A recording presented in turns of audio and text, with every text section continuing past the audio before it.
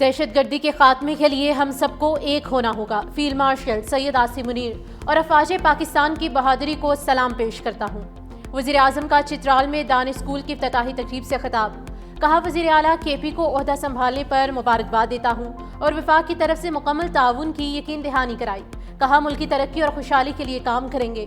امید ہے سہیل آفریدی میری پیشکش قبول کریں گے۔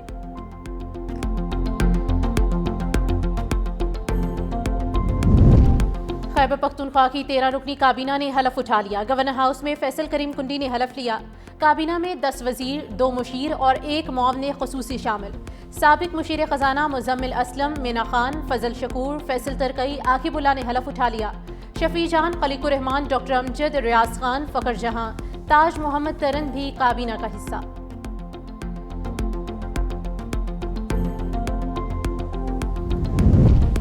پنجاب حکومت کی مقامی حکومتوں کے تحفظ کے لیے 27ویں آئینی ترمیم کی حمایت۔ صوبائی اسمبلی میں آئین کے آرٹیکل 140A میں ترمیم کے لیے متفقہ قرارداد منظور۔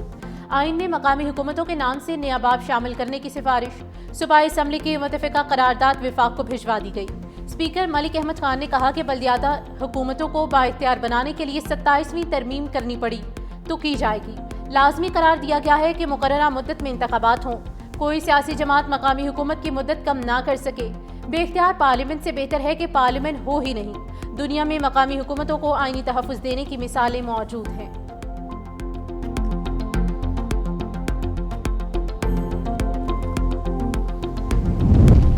پنجاب آنا عیاشی نہیں، ہم الیکشن جیتنے نہیں عوام کو جتوانے کے لیے لڑیں گے۔ جمہوریت کے ثمرات عوام تک نہیں پہنچ رہے، ایوانوں میں چند خاندانوں کی نمائندگی ہے۔ چیئرمین MKM پاکستان ڈاکٹر خالد محمود صدیقی کی لاہور میں میڈیا سے گفتگو۔ کہا کسانوں کی نمائندگی جاگیردار اور مزدوروں کی نمائندگی سرمایہ دار کر رہے ہیں۔ عوام کے حق کے فیصلے عوام ہی کریں گے۔ پنجاب اسمبلی نے عوامی حق میں پہلا قدم اٹھایا۔ 140A کے تحت بلدیاتی حکومتوں کی مدت پوری کرنی چاہیے۔ جمہوریت کے ثمرات عام آدمی تک پہنچنے چاہیے۔ غیر جماعتی انتخابات پر مشاورت جاری ہے۔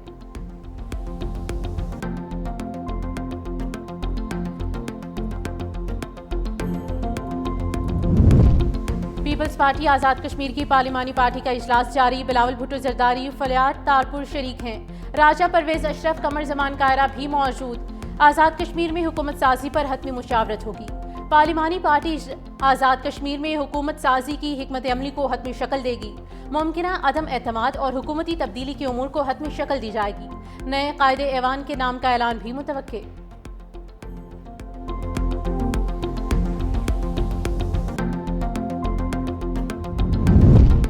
پنجاب حکومت نے بلدیاتی انتخابات کے لیے 4 ہفتے کا وقت ناکافی قرار دے دیا۔ الیکشن کمیشن سے حد بندی رولز کے لیے جنوری 2026 تک وقت مانگ لیا۔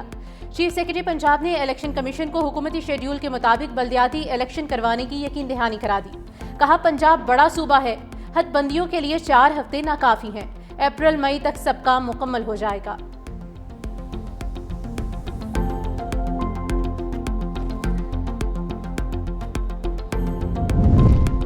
افغانستان کی سرزمین سے دراندازی پوری طرح بند ہونی چاہیے۔ پاکستان دہشت گردی کے خلاف اپنے موقف سے پیچھے نہیں ہٹے گا۔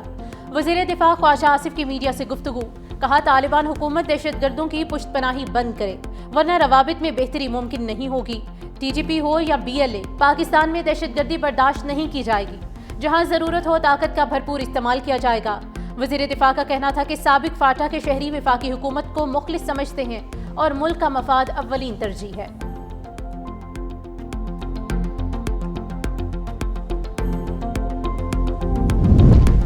سعودی پاک سپریم کوارڈینیشن کونسل کا اجلاس بلانے پر اتفاق کر لیا۔ ترجمان دفتر خارجہ طاہر اندرابی کی ہفتہ وار میڈیا بریفنگ۔ کہا پاکستان اور افغان طالبان حکومت کے مذاکرات کا دوسرا دور استنبول میں ختم ہو گیا ہے۔ پاکستان نے اپنے موقف پر کسی کمپرومائز کے بغیر بات چیت کی۔ افغان طالبان کی یقین دہانیوں کے باوجود افغانستان سے دہشت گردی میں اضافہ ہوا۔ پاکستان پرامن اور مستحکم افغانستان کا حامی ہے۔ مذاکرات کا اگلا دور 6 نومبر کو ہوگا۔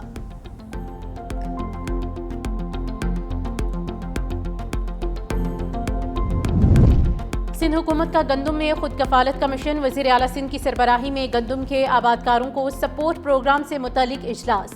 وزیر اعلیٰ سندھ مراد علی شاہ کی چھوٹے کاشتکاروں کو فوری مالی امداد کی رقم منتقل کرنے کی ہدایت۔ کہا سندھ میں اس سال 22 لاکھ ایکڑ پر گندم کاشت کی جائے گی۔ سندھ بینک کے پاس 4 لاکھ ہاری کارڈ آ چکے ہیں۔ گندم کی پیداوار بڑھانے کے لیے 55 ارب کا پیکج منظور کیا۔ 4,12,000 چھوٹے کاشتکاروں کو یوریا اور ڈی اے پی کھاد فراہم کی جا رہی ہے۔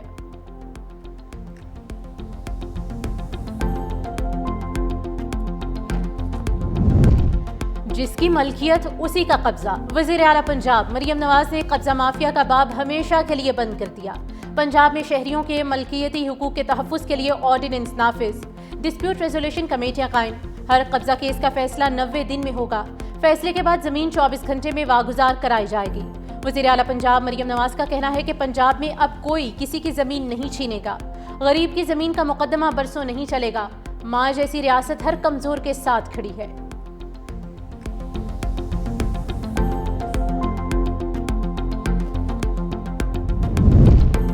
پنجاب میں پارٹی عہدوں اور کے پی میں وزیر اعلیٰ کی تبدیلی پر پی ٹی آئی میں اختلافات کھل کر سامنے آ گئے۔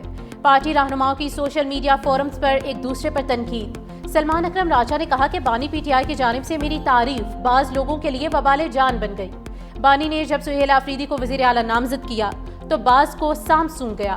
عالیہ حمزہ نے خود احمد چٹھا کو عہدے سے ہٹایا۔ پولیٹیکل اور کور کمیٹی کی رداد لیک ہو رہی ہے، کون کرتا ہے جاننے والے سب جانتے ہیں۔ سندھ جاب پورٹل کے تحت 3,26,000 سے زائد امیدوار اہل قرار۔ امیدوار مختلف سرکاری اور نجی اداروں میں میرٹ پر بھرتیوں کے لیے رجسٹرڈ ہوئے۔ سینئر صوبائی وزیر شرجیل انعام میمن کا کہنا ہے کہ سندھ جاب پورٹل خودکار اور جدید نظام ہے۔ درخواست دہندگان کی اہلیت، تعلیم اور تجربے کی بنیاد پر مکمل طور پر ڈیجیٹل اسکریننگ کی جاتی ہے۔ نوجوانوں کو گھر بیٹھے ملازمتوں کا رسائی، وقت اور وسائل کی بچت ہوگی۔ سندھ حکومت نوجوانوں کے لیے روزگار کے دروازے کھولنے کے ساتھ انہیں جدید مہارتوں سے آراستہ کرنے پر بھی توجہ دے رہی ہے۔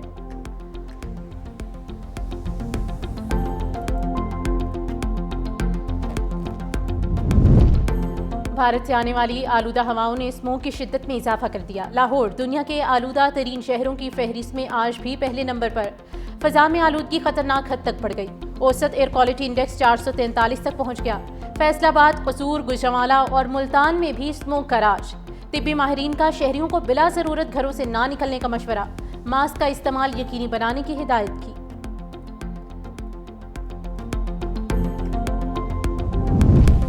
اور جنوبی افریقہ سے حساب کتاب برابر کرنے کا موقع، قومی ٹیم پہلے T20 میں شکست کا بدلہ لینے کے لیے تیار ہے۔